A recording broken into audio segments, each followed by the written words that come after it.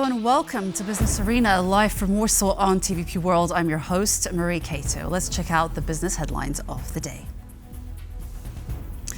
Poland has apparently found itself in the crosshairs of Beijing after the country recently supported new tariffs on electric vehicles produced in China. As a punishment, the Chinese government ordered the company Leapmotor to stop production at a Polish factory. The factory in question belongs to Stellantis, the fourth largest automaker in the world and the owner of brands like Alfa Romeo, Fiat and Peugeot. In 2023, Stellantis made an investment in the Chinese car company Leapmotor and intended to bring some of its models to the European market. One of these was supposed to be assembled in Poland. But according to a Polish website, money.pl, the Chinese Ministry of Economy pressured Leapmotor to suspend activities in Poland, presumably due to the country's voting for European tariffs on Chinese EVs. The website based the story on a source within the Polish government agency responsible for foreign investments. This report aligns with a story broken by Reuters last week. The agency reported on a meeting between Chinese government officials and representatives of car companies, with the former insisting on halting all heavy investment in EU countries supporting the tariffs. The World Bank has released an estimate of what it will cost Poland to achieve net zero emissions. While major barriers stand, the report stresses that the end goal remains in reach. Despite recent developments, it's no secret that Poland's remaining path to achieving the EU's 2050 decarbonisation target won't come cheap. According to a new World Bank report, the total cost of the transition is estimated at $449 billion over the next 25 years. For comparison, this is almost twice as much as the Polish budget for the whole of 2025. Decarbonising the power generation sector alone will require $105 billion, with the remainder covering transport, industry, infrastructure, forestry and agriculture. However, more than 90% of the estimated expenditure is required due to ageing infrastructure, such as power plants and buildings, as well as inefficient transport systems. The World Bank stresses that a clear, coordinated plan is critical, especially to attract private investment, which is expected to cover over half of the total cost. As things stand, current policies would only reach 79% of Poland's emission target. The report suggests several key steps to help Poland fully decarbonise by 2050. First, it recommends accelerating the coal phase-out, possibly by a decade.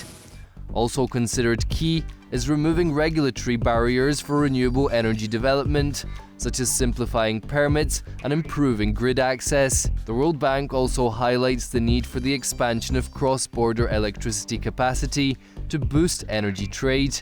In the long run, this transition could boost GDP by 3% by 2050 through productivity gains alone, not to mention the health benefits due to cleaner air.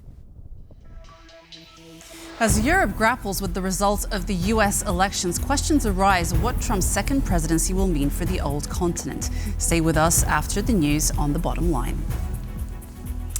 The Monetary Policy Council in Poland has left interest rates unchanged. While economists wait for the newest inflation forecast from the National Bank of Poland, they expect the first cuts to be delivered in 2025. The Council's decision was probably motivated by rising inflation, which reached 5% in October, the highest since December 2023, in line with the central bank's forecast from July. What's troubling the economists in Poland is also a high level of core inflation, fueled mainly by services, which are getting more expensive because of rising wages. After the Council's last meeting, Adam Glapiński, the head of the central bank, signaled readiness to lower the rates in March 2025, depending on the level of inflation. Other members of the Council, which seat 10 people, recently also pointed to similar thinking in media interviews. The key interest rate is currently at 5.75%. The number of pig herds in Poland continues to dwindle year by year, now reaching a post-succession low of approximately 9 million animals. The outlook for the Polish pork industry remains uncertain, with producers questioning whether this trend can be reversed. Poland's pig farming has faced several difficulties in recent years.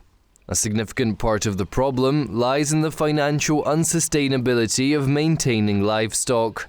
Between 2018 and 2020, pork production was unprofitable. Farmers with herds numbering between 10 and 40 pigs at the time experienced losses of €53 per 100 kilograms of livestock, while even larger producers suffered losses of €19 per 100 kilograms. This has led to Poland increasingly relying on imports, particularly from Denmark, which operates much more efficiently in this sector. When it comes to the profitability of maintaining pigs in Polish farms, recent events have made many Polish farmers abandon this business entirely, switching instead to other agricultural activities or even moving outside of farming. I believe the industry sees the broader perspective and is looking for solutions. The core of the issue seems to lie in Poland's inability to compete with more industrialized farming systems like Denmark's. While Poland has around 100,000 pig farms, the average farm holds only around 120 pigs. In stark contrast, Denmark has just 7,000 pig farms, but those farms collectively house over 13 million pigs, more than Poland's total pig stock. The larger scale of Danish farms allows them to significantly lower production costs per unit, achieving economies of scale. Denmark then can produce pork more cost-effectively, despite higher labor costs. The result? Poland spends approximately €1.5 billion annually on importing pork from Denmark. To reverse the decline in pig farming, experts say Poland would need to double its pig stock to regain its footing in the pork industry. The Polish National Meat Producers Association is advocating for a strategic shift, emphasizing the need for increased domestic production and greater investment in modern farming infrastructure. This is clearly a sign that the industry is in decline. From the standpoint of self-sufficiency, it's a worrying trend, and it's the main reason why business leaders are bringing this issue into the public conversation. However, without addressing the systemic financial challenges that Polish pig farmers face, the future looks uncertain for the country's once thriving pork industry. And that's all for our business news updates. For more business stories, check out tvpworld.com.